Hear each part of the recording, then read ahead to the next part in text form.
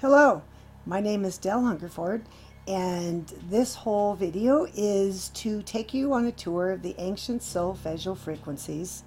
I'm a musician and have been researching this ancient solfeggial frequencies and knowing what notes and tunings and temperaments to use when I create my own music. And so this has come out of requests and questions that I've gotten from people who've been emailing me asking questions on my website. So without further introduction, let's begin the video. Okay, the purpose of this presentation is to compare and contrast the ancient solfeggial frequencies with the historical musical facts, and to present a quick timeline of historical musical scales, tunings, and temperaments. And we'll give you a little bit of an introduction into what the overtone series is, as well as concert pitch and temperament. Then I'm going to give you some biographical information on Horowitz and Puleo, who are the two people responsible for the ancient solfeggial frequencies. Then we're going to compare frequencies with Pythagorean tuning, just intonation, equal temperament, and show you how those work together. And then if you're interested in using the solfeggial frequencies, then I will show you how you can tune to them. Okay, the required knowledge that I am suggesting, that if you are going to research the solfeggial frequencies, if you're watching videos about them, if you are reading websites or just basic information, if you want to know that the information that you're reading or watching is accurate, this is what you need in order to make that determination. First off, it's really important that you have the ability to read sheet music. Next, understanding music theory at more than the basic level. It needs to be fairly advanced. If you're in college, you've had at least a year of music theory, that's probably good enough. Along with theory, you should have the ability to sight sing a piece of unknown music. In other words, they put something in front of you and you just, bam, can sing that puppy. Okay, then the next thing is understanding the overtone or the harmonic series and how that works. Then finally, it's important to know the difference between temperament and concert pitch, as well as the basic understanding of historical tunings and why and how they were used. So as you do your own research, this is a nice little checklist to help you know if what you're reading or watching is accurate. Okay, let's go into the next slide. And this is to tag on to the slide that we just had. What's currently on internet land, at least over the last 3.5 years, there's a lot of well-known contemporary musicians and other enthusiasts who are agreeing with Horowitz and Puleo's theory about the ancient solfeggial frequencies. There's various faith-based, I can say that, organizations that are putting out videos quoting the research of Horowitz and Puleo. It's obvious by watching their videos that they lack an understanding of temperament, tuning, overtones, and music theory. Jamie Buturf appears to be one of the few who is providing a plausible alternative, saying that they're family number groups instead of actual frequencies. Very few of the articles or videos concerning these frequencies provide accurate historical musical information. Roel Hollander, who is another trained musician, I believe a saxophone player, is the only other source of accurate information that I found on the ancient solfeggial frequencies. He's pretty techy, so if you're into that, you'll understand his stuff. There's his website for you there in case you want to go check out his site. And I'll just add a couple of comments here. When I've watched some of the videos of the contemporary musicians and some of the faith-based organizations, including preachers, they tend to basically say almost identical information to what Horowitz and Puleo are putting out. And you can tell that they haven't done their own research because some of the information is inaccurate. And again, if you go by that list that I provide earlier, you can read music, you understand temperament, you understand tuning, all of those things, then you're not going to make some of those same mistakes. Okay, next slide. Here we have a timeline, a musical timeline of what we know about scales, tuning, how instruments were made. And you'll see the very first one was approximately 74,000 BC. They found a 3-note bone Neanderthal flute, which, based on replicas, is in a diatonic scale. Then in 31,000 BC, they have a 5-note bone flute, which was discovered in a cave. It also is a diatonic scale. You can listen to YouTube videos of some guy playing flutes of this age, and he can play current melodies on those flutes. So we know it's pretty close to our current scale, which is pretty amazing considering that those instruments are 31,000 to 74,000 years old. Then we skip a few thousand years to 3300 BC with the Sumerian lyre and cuneiform tablets.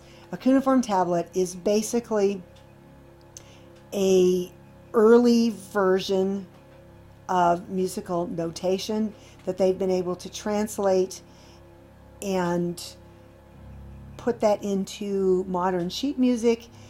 There's 2 different versions of what that might be, but both of them are modal in form. And the modes include Dorian, Lydian, Phrygian, Mixolydian, all of those. So it's very close to our modern system. Then you advance to the year 1500 BC or somewhere in there, and we have Pythagoras, who is the one responsible for recognizing the harmonic series, ratios, all of the understanding that we currently have about how musical scales are built based on ratios. Even though it was used all the way 74,000 years ago, Pythagoras is the first one to actually put math to it. Then you go to 800 AD, and we have neumes, which is an early form of Western musical notation. And you'll have to excuse the scratching sounds. I have a cat who is sniffing the microphone. Okay, back to the neumes. Their early form of Western musical notation, and basically what they did is they were little squiggles that told the monk or the person singing the plain chant whether you went up or down, but it did not give pitch or rhythm indication. Then enter Guido of Arezzo in approximately the year 1000 AD. He is the one responsible for inventing our modern solfege system and the musical notation that we use today. Slight differences, but they're pretty close to the same. Fast forward another 600 years to the era of Bach and his contemporaries. Musicians are starting to want to perform in more than 1 or 2 or 3 different key signatures. Instrumental music is becoming much more prolific, keyboard music being top of the list. In order to have keyboards work in all those 24 keys, you had to have some form of temperament. So that's where you have just tuning, Pythagorean, well temperament, mean tone, equal temperament. There was approximately 100 different forms of temperament, depending on which region you lived in, who built your instrument, and what the musicians wanted. Fast forward another 200 years, you have the Industrial Revolution. That's when 12-tone equal temperament was standardized. And then the 1870s, we started assigning hertz or frequency wavelengths to specific notes. So that's where we get A440. Literally, that means there are 440 cycles per second, which creates that particular note. Okay, moving on to the next slide. This video does not want to play, but it goes through equal temperament, Pythagorean tuning, or ratios, and showing how we came up with our modern musical scale. It's a great video that I showed in most of my music history classes when I was teaching those. And so just go into YouTube, Google Howard Goodall's Big Bangs, equal temperament, you'll find it. Okay, now we're going to talk a little bit about the harmonic series. The harmonic series is where you have a fundamental. This note down here is the lowest note, that is the fundamental.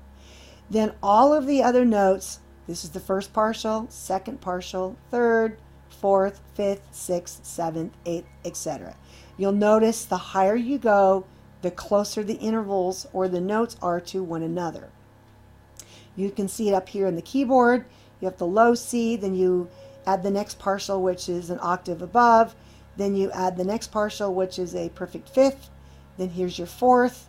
Then there's your major third. Then here's your minor third, another minor third, major second, etc. So you can see visually how as you go higher, all of these notes are getting closer and closer together. So the intervals, which are distance between notes, are smaller as you get higher.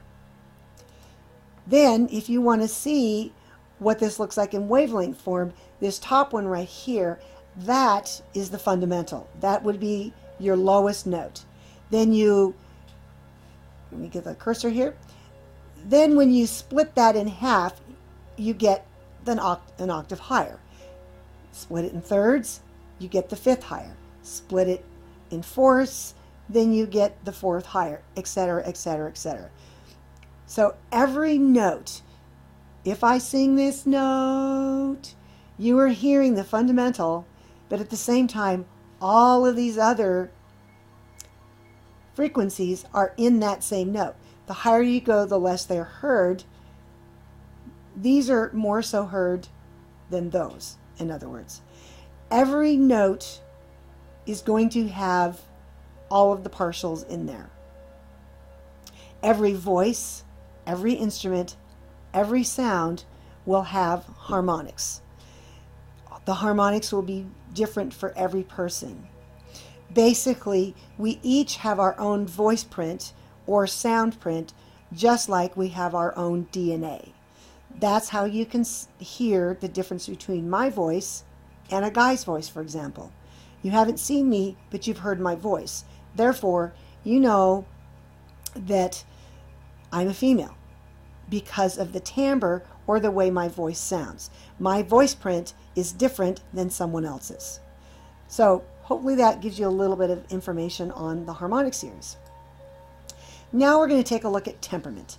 Temperament is the distance from one note to the next, adjusting that distance. The distance from one note to another note is called an interval. So when you are adjusting the intervals, for example, if you look at this one, between F to C and C to G, G to D, those are all intervals. And if you'll see in equal temperament, this number is the same between every one. That's saying that they're all equal distance apart. Then you look down here in the lower left corner. This is Rameau tuning. You're going to notice that every one of these numbers, this is minus 1 over 4, minus 1 over 4. Here's plus 11 over 24. These are the ratios. And this is 0 here, this is 0 there. So the distance between each note is not equal. This is a specific temperament that Rameau used. Over here, we have Kernberger temperament, which, as you can see, is very different even from this one over here. So the distance between the notes, the intervals, is what determines temperament. Now, if you take a look at Pythagorean, just, and equal temperament, you're going to see up here these little notes that go around this circle.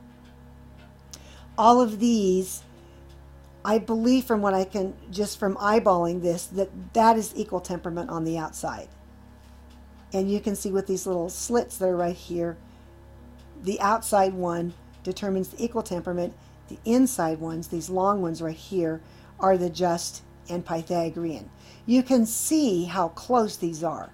Now, what they've done here is they've matched it up with the note D, and so they show in equal temperament that the C sharp is further from the D than in just or Pythagorean. And from the C sharp to the C, that interval is wider also in just and Pythagorean tuning. Where the biggest difference is going to be is here, this is part of the Pythagorean comma. So I'm not going to go into all of those things. The Howard Goodall video does an amazing job of describing this, so I encourage you to go watch it. But this is just a visual to help you see how close all of these temperaments really are with one another. Okay, so now I'm going to talk to you a little bit about temperament versus concert pitch. Again, if you remember, temperament is adjusting the distance from note to note. So you're adjusting the distance in these intervals. Here you have a minor second, minor third, major third. So you're adjusting these intervals in your temperament. Concert pitch is where you set one note.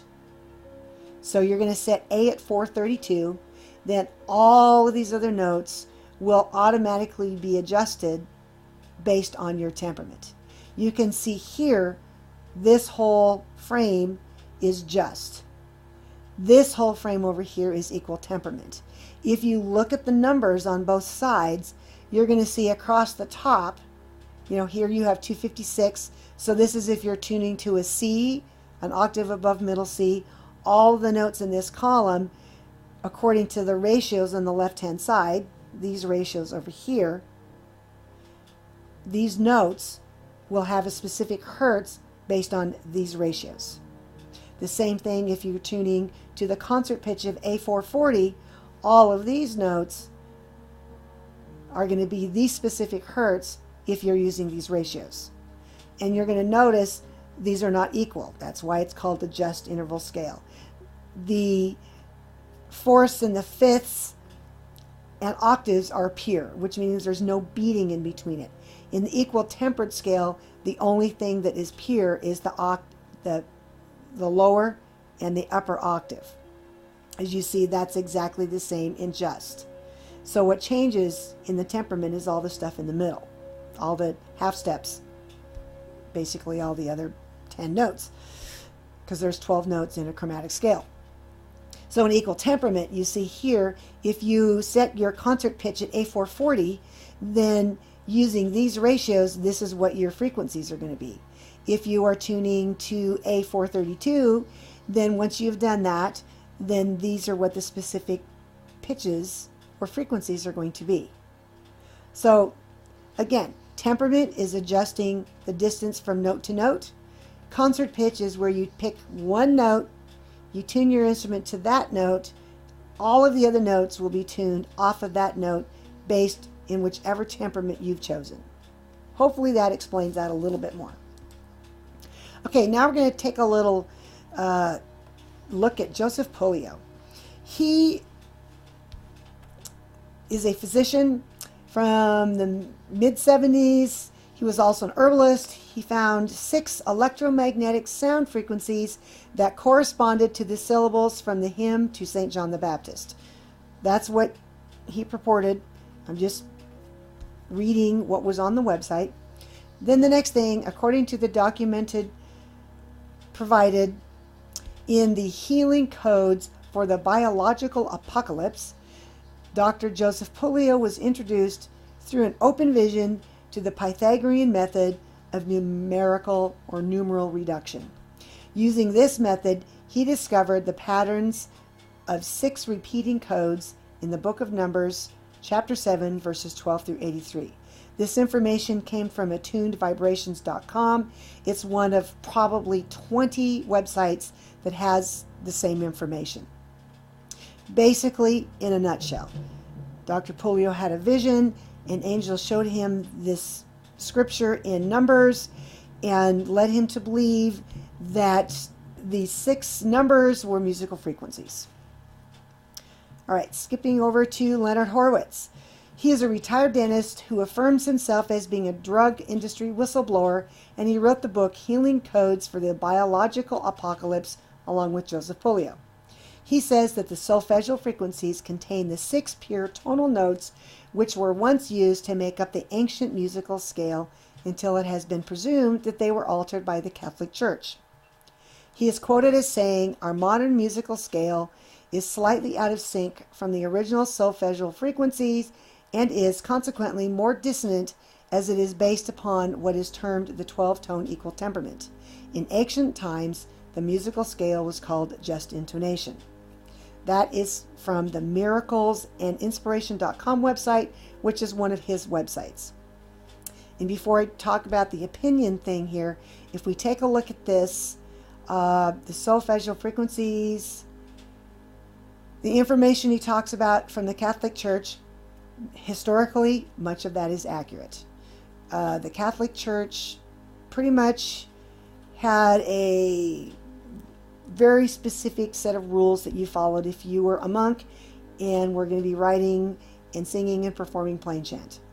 The modern musical 12-tone equal temperament scale is slightly different than the original scale used at that time, but even that scale wasn't perfectly in tune. No scale is perfectly in tune. It's impossible to have any scale perfectly in tune because the distance between notes are hard to tune, especially if you're jumping from one note to the next. If you're going stepwise motion, it's a lot easier than if you're introducing a lot of skips. That's where you have the issues. But I'm not going to go into that right now. So my opinion, based on his videos, Leonard does not understand musical concepts. His research on drug conspiracy is likely more accurate than his musical research. After all, he was a medical doctor as a dentist, so that would make sense that he would understand drugs. So I'll give him that. When it comes to music, I'm saying that I don't believe that he understands musical theory or knows how to read sheet music based on a video where I was watching him point to it and saying he played it. The monks are singing the hymn to St. John the Baptist, and he says this scale is in that hymn. And as you're going to see here in a minute, that is not the case. Moving on. With that, here are the ancient solfeggial notes. The 396, 417, 528, 639, 741, 852, and 963 as purported by Puleo and Horowitz. And you'll see that I actually went and looked it up and wrote down the note names off of a frequency chart. And here is Horowitz's explanation of the solfeggial, the ut, the re, the mi, the fa, sol, la, along with the hertz, and all of these over here, liberating guilt and fear. I'm not sure where anyone came up with that. I can't find, any accurate information as to where those particular things came from. So who knows? So I'll leave the 528 one for you to do some research. There is some plausible information that it's possible that the 528 is a core creative frequency of nature. I have noticed by looking at the right frequencies that the 528 does show up a lot in those frequencies. Okay, history. Let's take a look at music history first. Guido of Arezzo, he is the one who invented solfege around 1000 AD to teach his students how to sight sing the plain chant repertoire. He is also credited with inventing modern musical notation. Other than a few slight differences, we still use this method of musical notation today. We know that Guido used the Pythagorean scale, which is what the plain chant repertoire is based on. He put the poem Hymn to St. John the Baptist to a little tune to help his students learn the 6-note musical scale, much like Julie Andrews did in The Sound of Music. Guido would have written the tune on the sheet music as he heard it.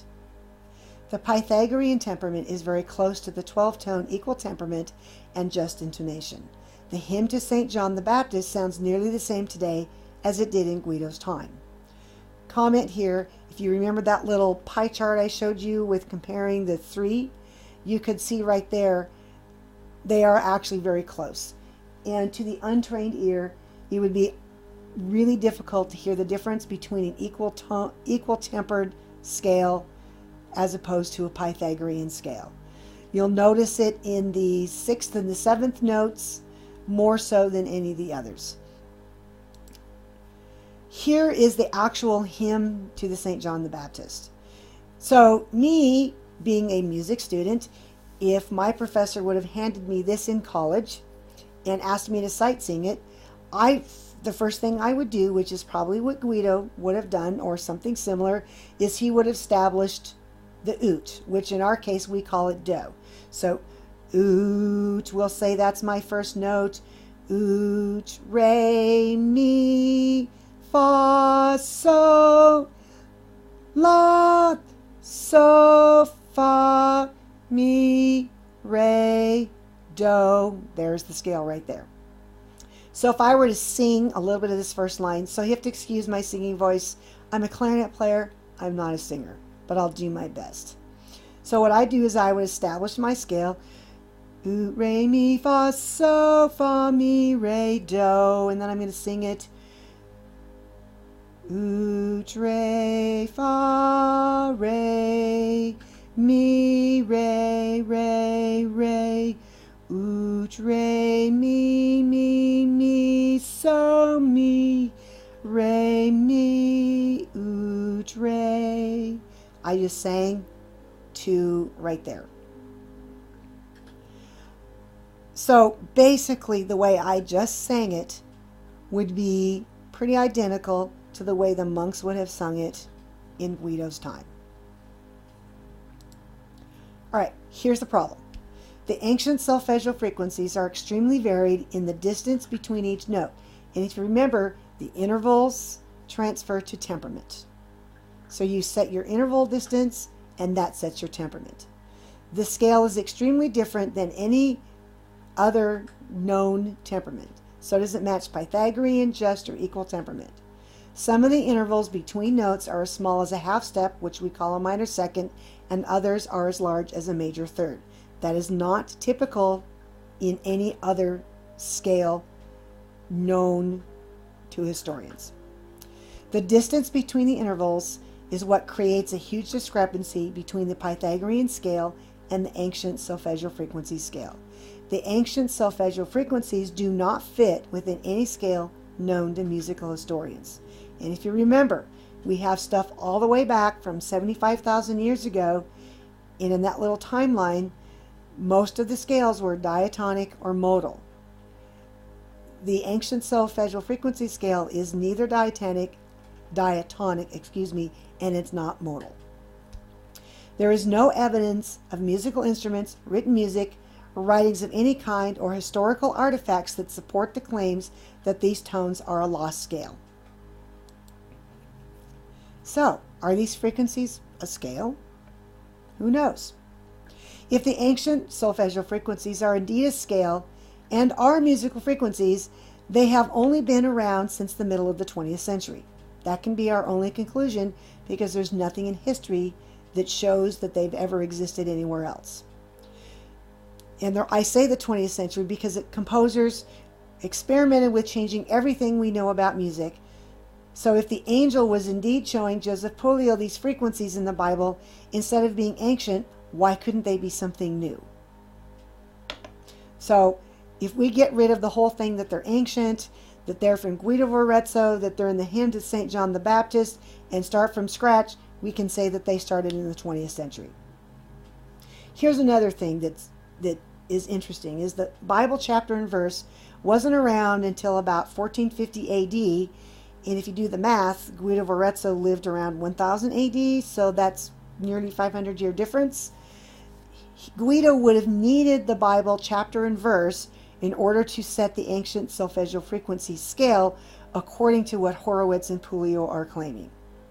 Not sure how he could have done that when he wasn't alive. Okay, next. Here is an actual scale comparison of the Pythagorean scale with the ancient solfeggio frequency scale. You see this top one, I've actually written it out on this sheet music. Do, re, mi, fa, sol, la. Up and up, can't sing those high notes, sorry. Then we have the ancient solfeggio frequency scale. Just by looking at it, you can see that they're not even close. Here we've got that major third. We've got a major third here. You know, here's a major second. This, if you rewrite it out and make this G flat instead of F sharp, you've got a major second there. It's just written differently. Here you've got a major second. You've got your minor seconds here. But these two major thirds right there are a problem because you're not going to find those in any scale known to man. Unless it's something a 20th century composer wrote that I'm not aware of. Okay, Hymn to St. John the Baptist. I sung it for you. It's on this first line here. And you can see how simple that is. Now if you look at the actual, you take these notes. Here's Ut. There it is, Ut. There's Re. There's Re. There is the Mi, which is right there. Ooh. Oh wait, no, that's not the Mi. That's the, this is not the Mi. This is this one. This would be Fa. Sorry. So there is the 528, or the Mi is right there. So as you can see, these don't even look the same. And if you go onto my website, healingfrequenciesmusic.com, I actually have a blog post where I put a video and I play this. Or if you look on my other YouTube videos, you will find that particular one and you can listen to me play it. All right, moving on. Here's a little bit more history. Because Guido was a monk, he would more than likely not have used scales outside of the Pythagorean tuning due to the restrictions of how music could be written imposed by the Pope himself and the Catholic Church. As a monk, he would have utilized scales, intervals, melodies, and harmonies that were dictated by the Pope. Failure to follow rules would have resulted in excommunication from the church and jail time. So, the ancient solfeggial frequencies break every allowable rule for scale and melody writing at the time of Guido. I highly doubt he would have taken the chance to write something that was contrary to the rules at the time. Just saying. So, if you consider that this scale is from the 20th century, that is plausible. But it is not from the time of Guido. Hymn to the St. John the Baptist is not part of it. And if they're frequencies, there's something new and not something old. However, I believe that all frequencies can be healing. And so, if you want to use the solfeggial frequencies, go for it. But this is what you'll need to keep in mind as you make a choice to use them. Modern musical instruments are made using equal temperament. This will not allow a performer to easily switch between the solfeggial frequencies. You must retune for each frequency unless your instrument, usually an electronic keyboard, can also change temperaments. You might be able to use a temperament where you can get 2 or 3 at the same time, but I haven't messed with that, so I can't verify it. Wind and brass instruments can make small adjustments around a 440. Up or down, couple, 442, 444, down slightly, but not much bigger than that. The violin family, which are unfretted instruments, they can make adjustments to a variety of temperaments and tunings. Fretted instruments, the guitar, the banjo, can adjust tuning, but they can't adjust temperament. So tuning meaning concert pitch. You can change the concert pitch, but temperament, you're only going to be able to play an equal temperament. Wind instruments are going to be able to play an equal temperament. You can make slight adjustments. As a clarinet player, I use alternate fingerings. If a note, I want to play something sharper or something flatter, but I only do that when something isn't in a tune and I'm trying to tune it. So things can be adjusted if you choose. All right, next slide. So to tune the ancient solfeggial frequencies, if you want the 396, you want to tune to A445. So that will be your concert pitch.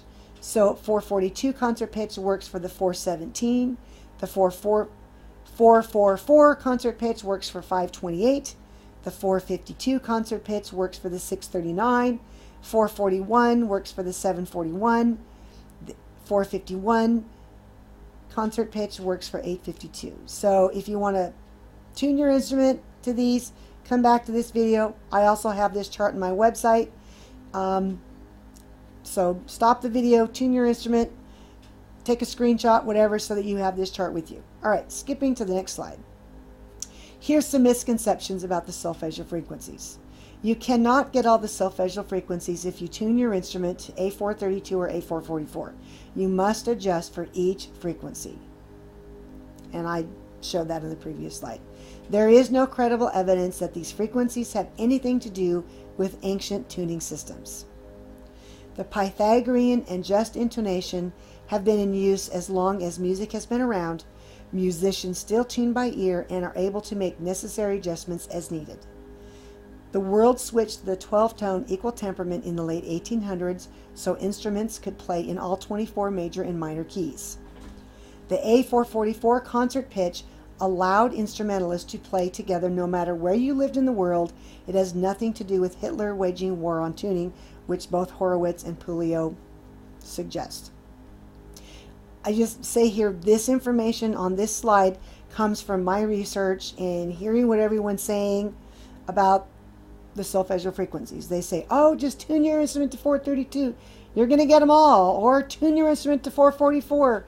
You're going to get them all. Well, that you can't. And so, again, keep in mind this information here when you're wanting to use the tones. Here's some of my final thoughts. If you want to be credible, don't swallow what's said on the internet. Check the facts before you repeat the information. Like I said, Raoul, I'm not sure if I said his name right, and Jamie Buturf are the only two people who have websites that I have found that have accurate enough information, and both of them have a basic, well, beyond a basic understanding of music.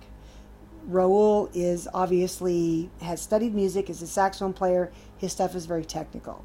So check your facts before you repeat the information. If you have any questions, please go to my website, healingfrequenciesmusic.com. Use the contact us form. Shoot me the information. I'll respond back as quickly as I can. Moving on to the next thing. I believe musical intent, which is the intent of the performer, is very important in determining how music feels to the listener. Whether you use the solfeggio frequencies, whether you tune to A444, whether you tune to 432, the intent is more important, I believe, than the actual frequency in most cases. Now, there is a guy named Anthony Holland who's working with a company called Nova Biotronics, and I have a whole bunch of information about that on my website also. They are actually using musical frequencies at very high in the 300,000 range to kill cancer. So that's different than when you're listening to music for emotional healing, which is what most of us are doing when we're listening to music. The intent of the performer is super, super important. There does appear to be some evidence that musical frequencies do have healing properties, as I mentioned before. Anthony Holland with Nova Biotronics. Entrainment, which is matching frequencies between objects, does appear to be a factor in the healing properties of frequencies. And Anthony Holland talks about some of that on his website. Basically, entrainment would be you have a person who pings a glass like a wine goblet, matches that frequency exactly, sings the frequency, and because you're matching the frequency, it explodes the glass. That's entrainment. So how the ancient solfeggio frequencies affect the listener all depends on the intent of the performer. That's my opinion based on some of the information that I've found out there online. Thoughts have frequency and matter has memory. Therefore, intent can be embedded into music. There's enough scientific evidence to show that matter does have memory and that thoughts have frequency. For anything to be truly healing, it's going to require consistency. Much like taking a prescription drug, any healing protocol will require regularity. So if you're interested in using frequencies for healing, listening to specific music, the more you listen to it, the better off it's going to be for you. Especially if you're listening and you feel that it's working for you, then continue listening. All right. For more information about me, again, I'm Del Hungerford with healingfrequenciesmusic.com. I have tons of articles. People send me things about the healing properties of music, about specific frequencies. I'm doing regular research. I look at it all. When I put the information on my website, I also put my sources so that you can go look at it for yourself. So feel free to peruse the website, the blog posts, as well as the articles. If you sign up for my newsletter, you'll get links and updates and little bits of information and little quizzes and little experiments that I ask people to try so they can report back to me so that I can eventually do more articles and have feedback on some of the research that I'm currently doing. If you sign up for the newsletter, you get a Beloved Friend, which is one of my songs, as a free download. As I said before, I constantly have new information, research studies, information about the healing properties of music, as well as all of my music is available on my website, plus samples of everything. My instrumental music is recorded at A432 concert pitch, so I set it at A432, then I have all the different notes, C, C sharp, D, E flat. I basically use every note of the chromatic scale because I like every note, and each note to me feels different. I also use A444 as well as some other specific frequencies that are in other concert pitches. My music includes the standard and EMDR formats. EMDR is specifically for, it's a psychotherapy, I think that's what they're calling it, for people who've gone through trauma. It's actually specifically works best from what psychologists are saying with PTSD. EMDR music is bilateral music, so it pans from left to right. So some of my stuff has been turned into EMDR. My music is available for sale on my website, iTunes, and Amazon. And if you like streaming, feel free to go to Pandora or Spotify. And again, if you have any questions, don't hesitate to go to the main page of my website or any of the pages. And on the right-hand side, there's a Contact Us button. Click on that. Shoot me an email. Shoot me any links. Ask me questions. I'm learning a lot every day. My goal is to provide as much information, accurate information, as I can about music, musical frequencies, research on music. Because I am a trained musician, I am a college professor in music, I use music theory, music history as part of my process and protocol for looking at all things frequency. So happy listening to some music, and I hope to see you on my website. Feel free to shoot me an email.